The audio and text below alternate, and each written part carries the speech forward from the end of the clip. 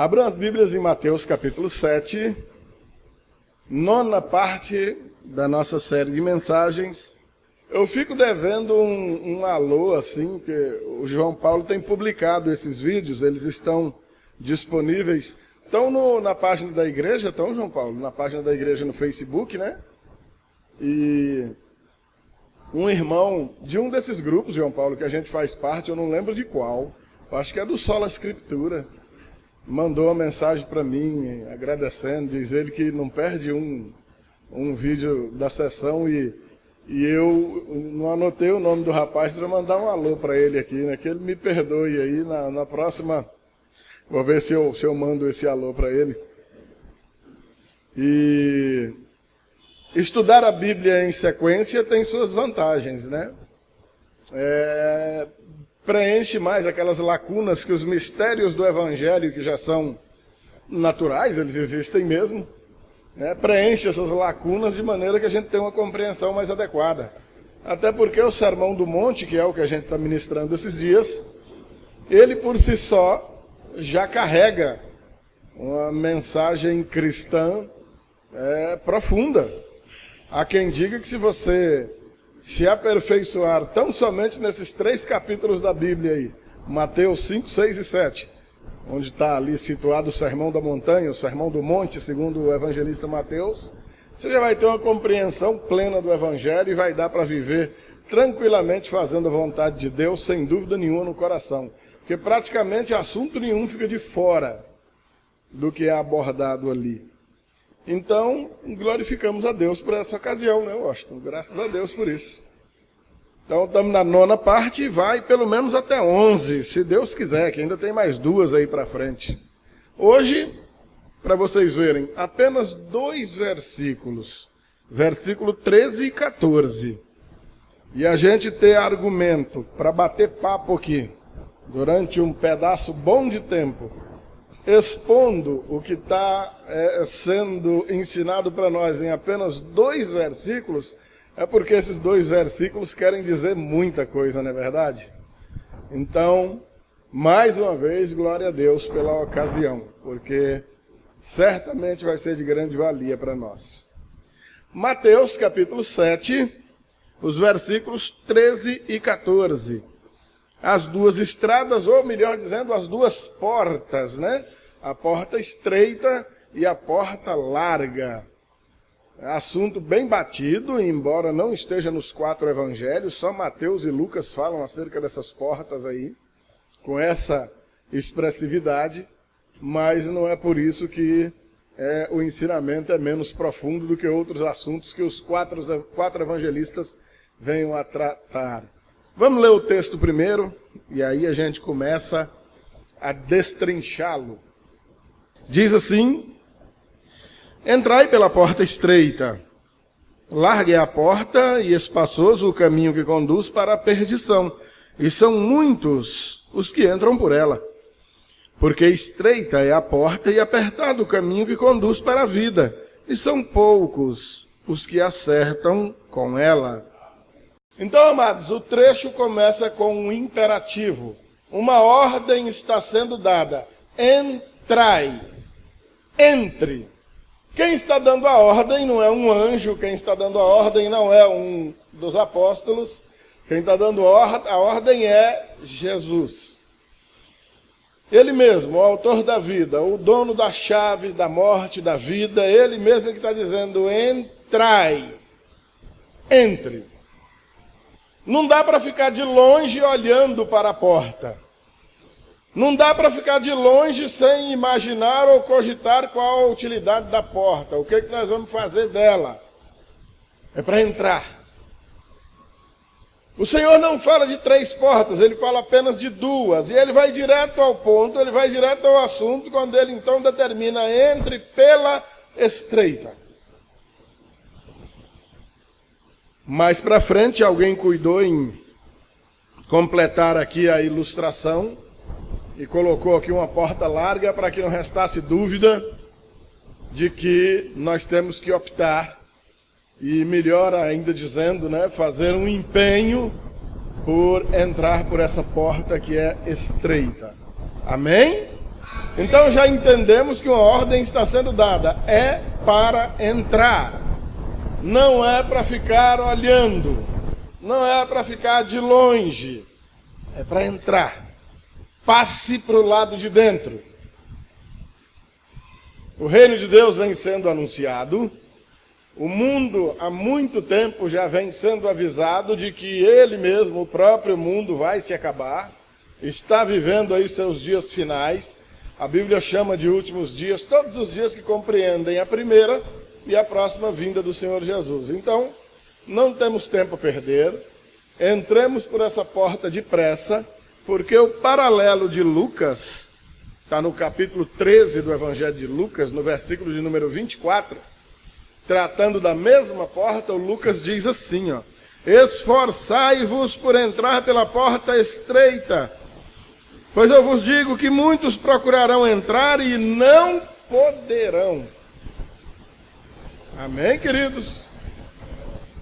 Esforçai-vos. É claro que esse esforço não está dizendo que o homem, por meio de seus próprios atos, de suas próprias deliberações, pode escolher entre a salvação e a condenação. Não é isso. A salvação não é mérito das obras do ser humano, é escolha do próprio Deus. Mas ele está deixando claro que os assuntos relativos à conversão precisam ser tratados com obstinação. Amém, amados? Com decisão, verdadeiramente. Não dá para brincar de servir a Deus. Não dá para brincar de ser religioso. Amém? A coisa é séria e muito mais séria do que se imagina. Entrai pela porta estreita. Amados,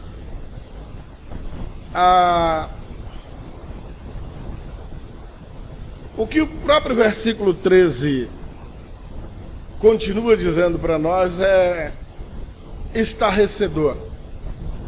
Quando ele aponta as características da outra porta, aquela que nós devemos evitar, aquela que aí sim nós devemos fazer de conta que nem existe, a larga, que conduz a um caminho espaçoso, no qual se caminha sem dificuldades, com grande facilidade, mas que conduz à morte, que conduz à condenação. O restante do versículo de número 13. Larga é a porta e espaçoso o caminho que conduz para a perdição. E a notícia mais triste que ele dá para nós que não estamos sozinhos nesse mundo, não é verdade?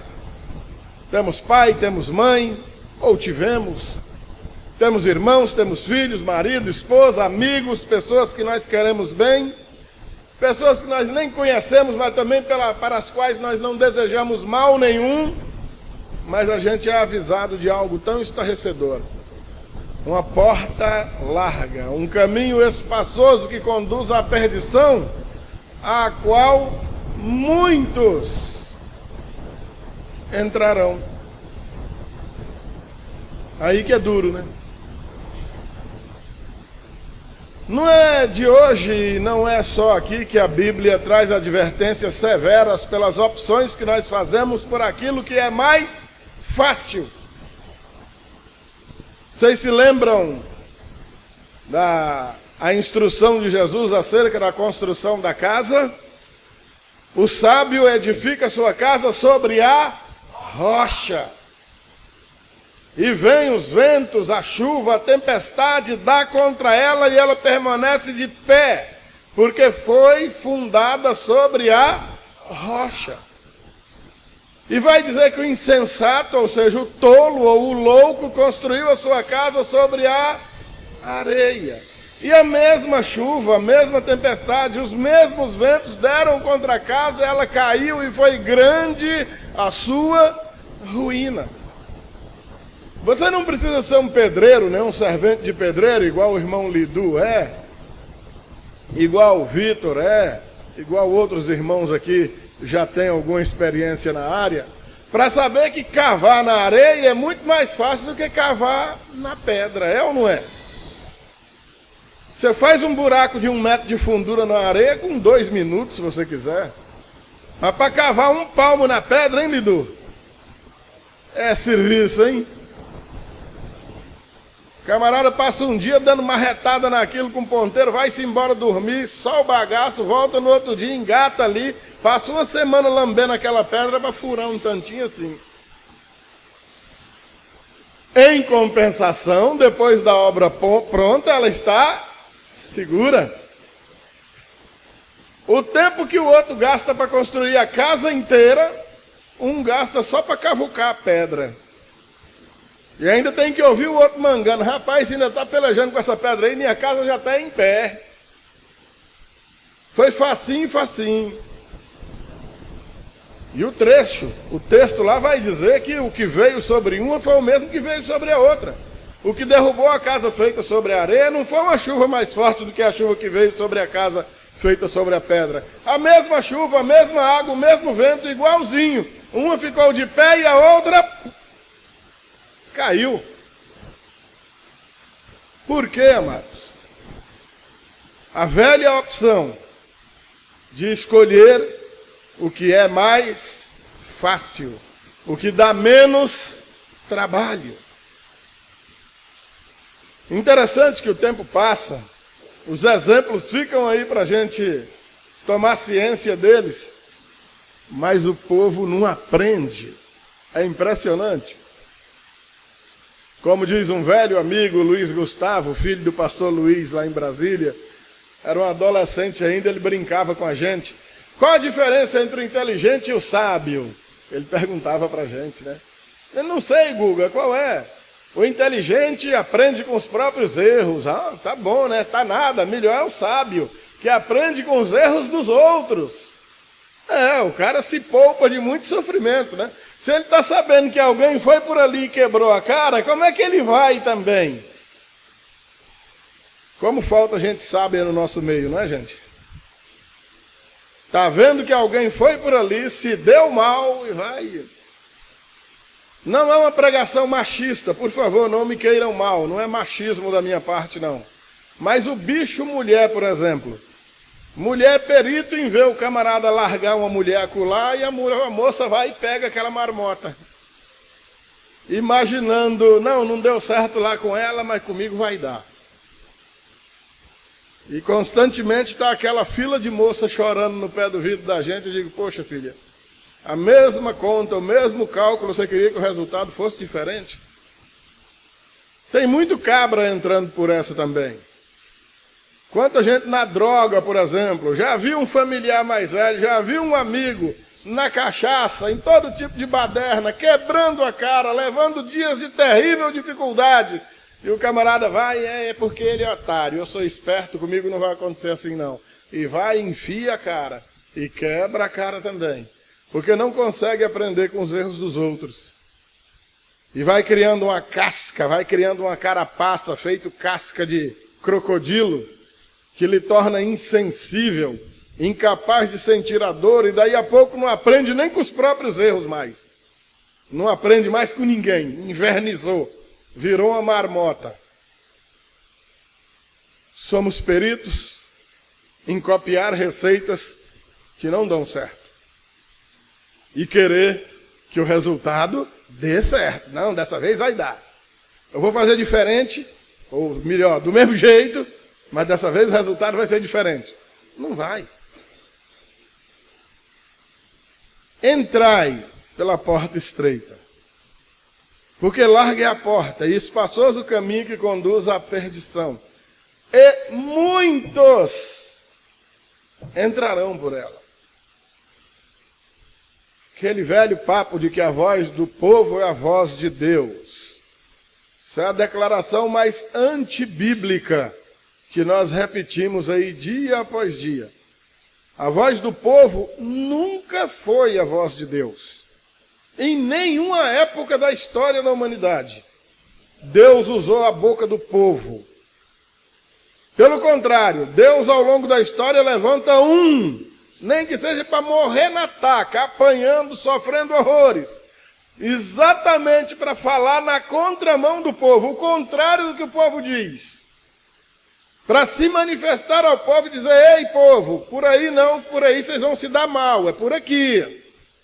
Ainda que o povo rebelde de coração duro não queira seguir as determinações de Deus. Muitos, prestem bem atenção, amados, muitos entrarão pela porta larga, vão caminhar pelo caminho espaçoso, vão construir suas casas sobre a areia. A maioria absoluta, lamentavelmente, não vai se encontrar com o caminho da salvação. Não vai entrar pela porta estreita. E terá um fim terrível. Lamentavelmente. Essa é uma das constatações bíblicas que mais pesa no meu coração. Que mais dói no meu coração. Porque eu sei que nessa muvuca de gente perdida vai muita gente que eu amo. Sangue, do meu DNA, parentes meus, mas que amam passar pela porta larga, que adoram caminhar pelo caminho espaçoso, que já têm muita intimidade com a perdição, nenhuma disposição para a vida. Isso por vezes me tira o sono, me rouba a paz, me tira a alegria do coração. Constatação horrenda. E eu gasto o joelho, eu oro, eu clamo a Deus: Senhor, tem misericórdia. Muda essa realidade. Se as nossas palavras não podem convencer, vai o Senhor lá e toca, que quando o Senhor toca no homem é impossível ele não sentir. Faz alguma coisa, tem misericórdia. E a minha oração é essa. Enquanto o cara está vivo, eu estou orando. Depois que morrer, o que eu vou fazer? Acabou-se.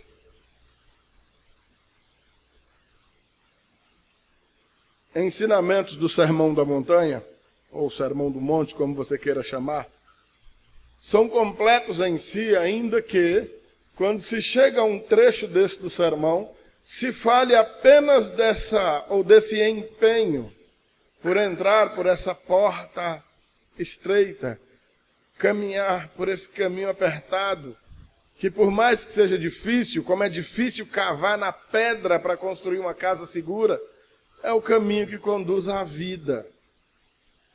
O que nós temos de mais precioso é a vida. Nada é tão precioso quanto a vida. Do que adiantaria você ter o dinheiro do mundo inteiro e ser um doente terminal com os dias contados para morrer? Ver a inutilidade dessa fortuna toda, porque não tem domínio e nenhum controle sobre sua própria vida. Feliz aquele que compreende que não há nada tão valioso quanto a própria vida e que, abraçado pela misericórdia de Deus, vê a continuidade dessa vida pela eternidade em virtude da salvação da alma. Amém, amados? Lamentavelmente, as pessoas têm em quem crer para viver sob o erro e, embora não justifique, mas pelo menos explica um pouco dessa deturpação. Adiantando já um pouco da pregação do domingo que vem, se vivo estiver até lá, o capítulo de número 15 aí, ó, que começa, abre a pregação do domingo que vem. Olha só o que a gente lê aí. Acautelai-vos dos falsos profetas.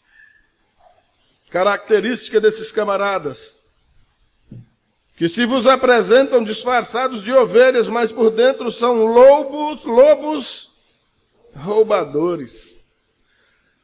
Esses falsos profetas aí, ó, devidamente incumbidos de um serviço satânico, que é a deturpação da mensagem do Evangelho, são esses lobos vorazes aí, roubadores, são assaltantes cruéis, perversos, estragam a mensagem do Evangelho e mantêm gente que não tem mais fim amarrados a promessas de vida mole, que Deus nunca prometeu para ninguém.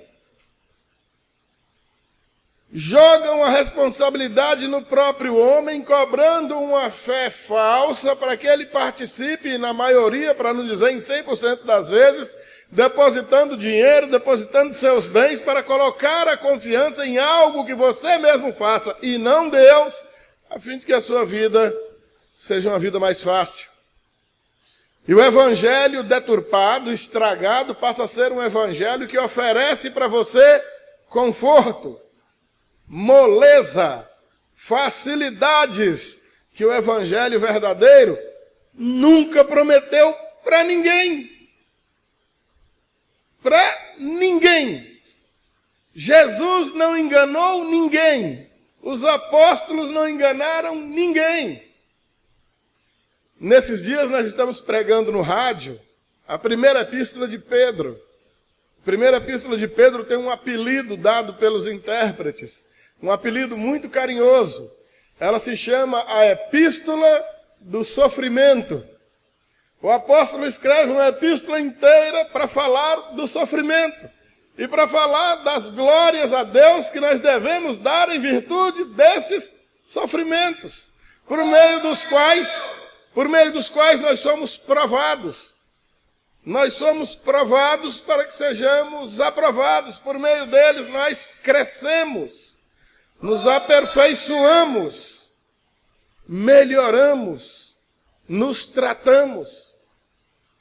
No Evangelho de João, capítulo 16, versículo 33, o próprio Senhor Jesus, despedindo-se dos discípulos, avisa eles: no mundo tereis aflições. Ele não disse, creiam em mim que vai ser tudo molinho, vai ser uma moleza, um melzinho na chupeta, uma garapa. Não, no mundo passareis aflições, mas tem de bom ânimo. Eu venci o mundo está derrotado, Jesus venceu o mundo e quem com ele está, vence também. Amém, queridos? Mais interessante, eu não gosto de fazer isso no domingo à noite, mas vamos fazer assim mesmo. Abram as Bíblias, deixa o dedão aí marcando o texto de Mateus, que nós vamos voltar para ele já já.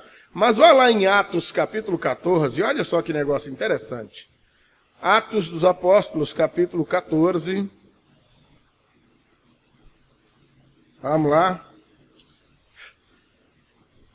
Atos 14, verso 1. O verso de número 22.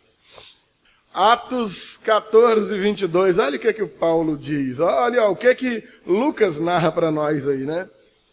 Olha só. Fortalecendo a alma dos discípulos, exortando-os a permanecer firmes na fé e mostrando que, através de muitas tribulações, nos importa entrar no reino de Deus. Eita, rapaz! Agora, sabe o que tem de mais legal nisso daí? É o começo dessa perícope aí, olha. Volta no versículo 19 aí para você ver, olha que interessante. Sobrevieram, porém, judeus de Antioquia e Icônio, e instigando as multidões e apedrejando a Paulo, arrastaram-no para fora da cidade, dando-o por morto. Turma lá de Antioquia e de Icônio pegou o Paulo de pedrada, de maneira que acharam que o pobre tinha até morrido, certamente desmaiou, acharam que já tinha morrido, carregaram para fora da cidade e num bom piauiês rebolaram o presunto no mato. Pronto, matamos essa praga.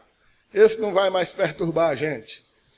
Ele não tinha morrido, verso 20. Rodeando-o, porém, os discípulos, levantou-se e entrou na cidade.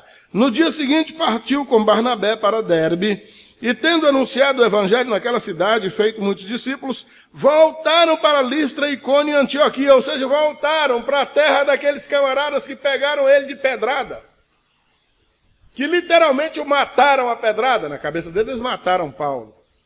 Voltaram para aquela cidade. Para quê? Para fazer isso que você está vendo aí no versículo 22. Como quem diga, olha, Barnabé, vamos embora voltar lá em Icônio e em Antioquia, porque nós fizemos alguns discípulos lá, nós anunciamos o evangelho e umas pessoas lá se converteram. Vamos embora fazer o seguinte, aquele pessoal deve estar meio assombrado, porque aqueles camaradas que me pegaram de taca, aqueles que me deram as pedradas, já deve ter voltado para lá e espalhado a notícia. Ó, matamos o tal do Paulo a pedrada. Acabou, tá vendo como esse negócio de evangelho é uma roubada? Tá vendo como esse negócio de andar com Jesus aí é uma canoa furada? Aí, o que andava pregando para vocês nós já matamos. Então nós precisamos voltar lá para fortalecer esses irmãos. Para dizer para eles que o reino de Deus não é moleza não. E que é em meio a muitas tribulações mesmo que nós vamos herdar o reino de Deus. Já pensou, meu amado? Você já imaginou aí? Pensa comigo. Como é que fica a cabeça daqueles irmãos que estão ouvindo o evangelho ser anunciado por alguém que acabou de entrar na taca por causa dele e, na verdade, que foi assassinado, que o objetivo deles com essas pedradas era matar Paulo. Não era fazer cócega, não. Não era como quem joga pedra num cachorro para assustar o cachorro, não. Qual é o ânimo que alguém recebe nessa vida para dizer, vamos tocar, vamos nos embrenhar por um caminho aqui, que inclusive pode nos levar à morte. E que na verdade levou à morte. Tanto de Paulo, como de Pedro, como de todos os apóstolos e inúmeros discípulos ao longo desses 20 séculos de cristianismo aí. Quantas pessoas têm morrido só por causa do nome de Jesus? Só pelo simples fato de ser um crente no Senhor Jesus. Perdendo a vida nessa terra, mas para herdar a vida eterna, a vida que não tem fim. Amém, amados? Tribulações, todos temos, todos passamos. As pedradas que o Paulo recebeu lá em Antioquia e em Icônio, nós não vamos receber aqui não, principalmente aqui no Brasil. Tem muito lugar pelo mundo afora onde os cristãos ainda estão sendo perseguidos violentamente. Não é o nosso caso aqui no Brasil, não. Aqui a coisa está mais tranquila. Mas embora esteja mais tranquila, nós sofremos aqui de um outro tipo de perseguição. Uma perseguição sutil, sagaz, lisonjeira, bajuladora. Faz com que homens inescrupulosos subam aqui ao púlpito, com Bíblia na mão, gravata no pescoço, com golinha clerical também, tem também, cabra sem vergonha com essa mesma golinha aqui. E entregue para o povo um peixe podre, uma carniça disfarçada de evangelho, que mantém as pessoas muito mais longe de Jesus do que elas eram antes de terem ouvido qualquer palavra do evangelho. Homens inescrupulosos, gananciosos, avarentos, glutões, o bucho deles não enche nunca. Quanto mais você empurra dinheiro neles, mais fome eles têm. E mantém as pessoas aprisionadas à custa de uma mensagem torta, maligna e malignamente elaborada para manter as pessoas sob essa escravidão. Cegas, surdas e insensíveis. Transformam as pessoas em excelentes religiosos, mas não as transformam em discípulos do Senhor Jesus. Esses falsos profetas aí anunciados em Mateus 7,15. Se Jesus não prometeu vida boa, se os discípulos também não prometeram essa vida boa, por que hoje você vai acreditar em algum Zé Ruela, seja na televisão, na internet, ou ao vivo, igual você está olhando para mim agora, que vai dizer para você que servir a Deus é embarcar numa viagem sem dificuldades, num voo sem turbulência, num navegar sem tempestades, sem ondas, sem naufrágios? Ninguém prometeu isso. Jesus não prometeu, os discípulos não prometeram, ninguém prometeu. E os vagabundos prometem hoje e tem gente que acredita. Por que é mais fácil acreditar nesses vagabundos do que em Jesus e nos discípulos? Por que é mais fácil acreditar nesses caras do que na palavra de Deus? Não existe nenhuma promessa de moleza. Você está sendo chamado para negar-se a si mesmo, tomar a cada dia a tua cruz e seguir o Senhor Jesus. Já começa pela negação de si mesmo. Quem disse que é fácil negar a si mesmo? Quem disse que é fácil dizer, rapaz, olha, eu estava pensando bem, eu estive errado essa vida toda, esses anos todos, eu estava enganado mesmo. Meu Deus, onde eu estava com a cabeça? Como eu era burro. Eu estou falando de mim mesmo, eu fiz isso um dia. Deus me perdoe, eu era louco. Falei para pessoas, familiares, amigos, gente, me perdoa. Eu era um cego louco. Meus olhos se abriram, Jesus abriu meus olhos, minha opinião mudou, eu estava errado. Hoje a gente vive no meio de uma sociedade que pronunciar essas coisas para a pessoa deve ser a maior vergonha do mundo. O quê? Eu? Não, eu não. Não. A autojustificação. Eu? Não, eu sou uma pessoa maravilhosa, eu não desejo mal a ninguém, eu amo todo mundo, eu não tenho inveja de ninguém, eu não desejo mal a ninguém. Amém. Glória a Deus.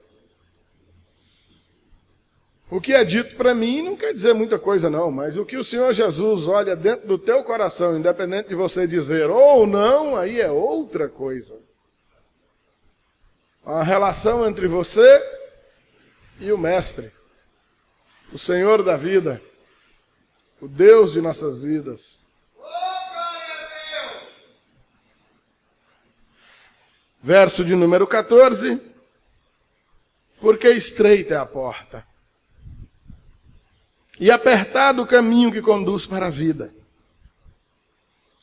e são poucos, olha só, que nota, hein? E são poucos os que acertam com ela. Amados, você não está sendo chamado para seguir a multidão. Você não está sendo chamada para ir atrás da maioria. Você não está sendo chamado para se iludir com um número. Quantos ministérios existem que com o tempo de existência que o nosso aqui tem, nós já teríamos que ter alugado, nem que fosse um ginásio de esporte desse para caber gente dentro. Porque aqui não caberia mais. Mas à custa de quê? De uma pregação falsa. De oferecer uma porta larga, que você pode entrar do jeito que você quiser. Um caminho espaçoso, que você pode caminhar do jeito que você quiser. Nós anunciamos uma porta estreita, acerca da qual você tem que se esforçar para poder entrar. Falamos de um caminho apertado, que não é fácil de se caminhar nele, que exige de nós um padrão de comportamento, uma mudança de mentalidade, uma mudança de hábitos, que permite que a gente permaneça de pé nesse caminho, e em movimento, caminhando nesse caminho. E nada disso é fácil. Negar a nós mesmos, tomar essa cruz todo dia, é com a cruz nas costas. E seguir Jesus não é brincadeira. Ele já recebeu uma coroa de glória, ele reina, ele é rei para sempre. E nós estamos concluindo essa carreira. Precisamos completar essa carreira, guardar a fé, para recebermos essa coroa de glória lá no final também. Aquele que perseverar até o fim, este será salvo. A alma que retrocede, o que olha atrás, o Senhor não tem prazer nele. No nosso meio, no meio do trigo, está cheio de joio. O joio está aí para instruir mal, incentivar mal, provocar o desânimo. Não vos enganeis, as más conversações corrompem os bons costumes. Não vai faltar quem o Satanás use bem do teu lado para dizer: rapaz, cai fora, isso é tempo perdido. Deixe de ser besta. Que conversa de crente o quê? Que conversa de pastor, rapaz. Tu ainda é desse tempo, é? E dá papo pra, como eu escutei o cabo dizendo outro dia, para diabo de pastor. Ó. Num bom piauiês, né? Embora tenha uns pastor diabo por aí mesmo, não vamos generalizar também, né? Não vai faltar quem te incentive mal. E às vezes debaixo do mesmo teto que você. E às vezes debaixo do mesmo cobertor que você. Dividindo o ventilador contigo. Vá pela palavra de Deus. Medite nela. Coloque a palavra de Deus como sendo então esse divisor na tua vida. Acerca de a quem ouvir e a quem não ouvir. Faça as perguntinhas básicas. Jesus fez isso? Jesus mandou fazer isso? Os apóstolos fizeram isso? Os apóstolos mandaram fazer isso? Se sim, mande ver. Se não, caia fora. A promessa é essa. De vida. Para aquele que entra. Se esforça e entra pela porta estreita. Que a despeito das tribulações dessa vida, de todo tipo de perseguição, de todo tipo de sofrimento, se mantém firme, de pé, perseverante, caminhando por esse caminho estreito e apertado, mas que conduz à vida. Amém, amados? Ainda que não acompanhado da maioria, não na companhia da maioria, pelo contrário, na companhia de poucos, mas numa companhia segura. Nós não vivemos dizendo um ditado aí que é melhor só do que mal acompanhado? Dizemos ou não dizemos? Não é melhor andar com a minoria que está no caminho certo do que seguir a manada, um rebanho sem fim que está caminhando na direção da morte? Ficamos com a palavra, amados do bom Deus. Não deem ouvidos às falácias, aos ditos populares, aos ditados populares que nos seduzem e nos mantém sob trevas. Nos apeguemos fielmente à palavra do Senhor, porque essa sim tem promessa de vida eterna para nós.